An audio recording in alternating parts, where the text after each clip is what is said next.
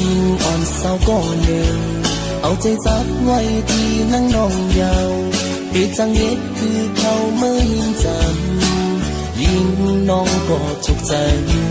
ส่งเสียงความกอดอ่อนตอนจูสื่อมองให้นางพูดถึงความในใจเสียงของความใจที่ในอกใจยิ่งน้องไปทอมลืมอำจุกใจนางในเสียตาก่อนสู่น้องหวังควังปันใจอีกหนึ่งเอาลงความหักตอนเมื่อจูถึงเมื่อ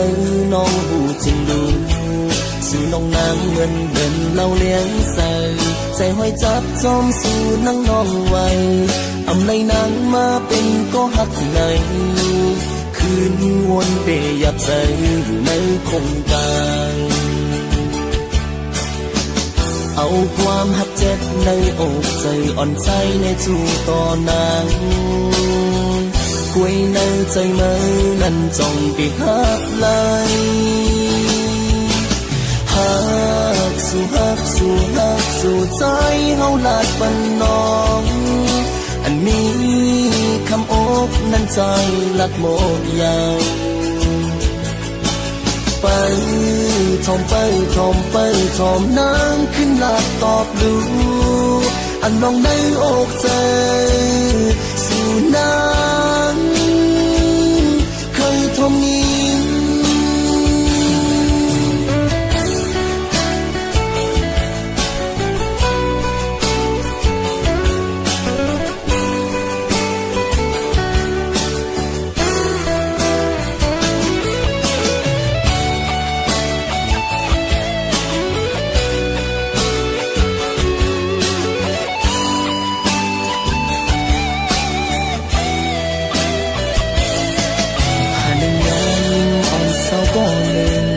เอาใจจับไว้ที่นั่งน้องยาว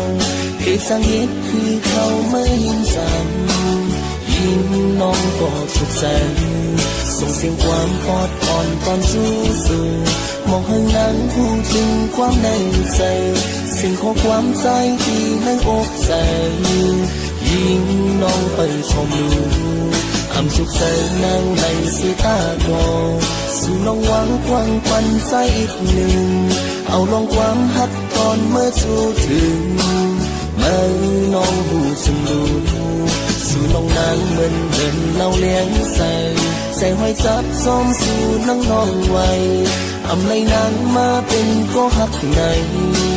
คืนวนเปยับใส่อยู่ในคงกางเอาความหักเจ็บในอกใจอ่อนใจในจูก่อนนางคุยในใจเมื่อนั้นจ้องไปหักเลยหักสู่หักสู่หักสู่ใจเฮาลาดปันน้องอันนี้คำอกนั้นใจลัดหมดยาวไปทอมไปทอมไปทอมนางขึ้นลาดตอบดูอันน้องในอกใจสู่นางเคยทอมยิ้ม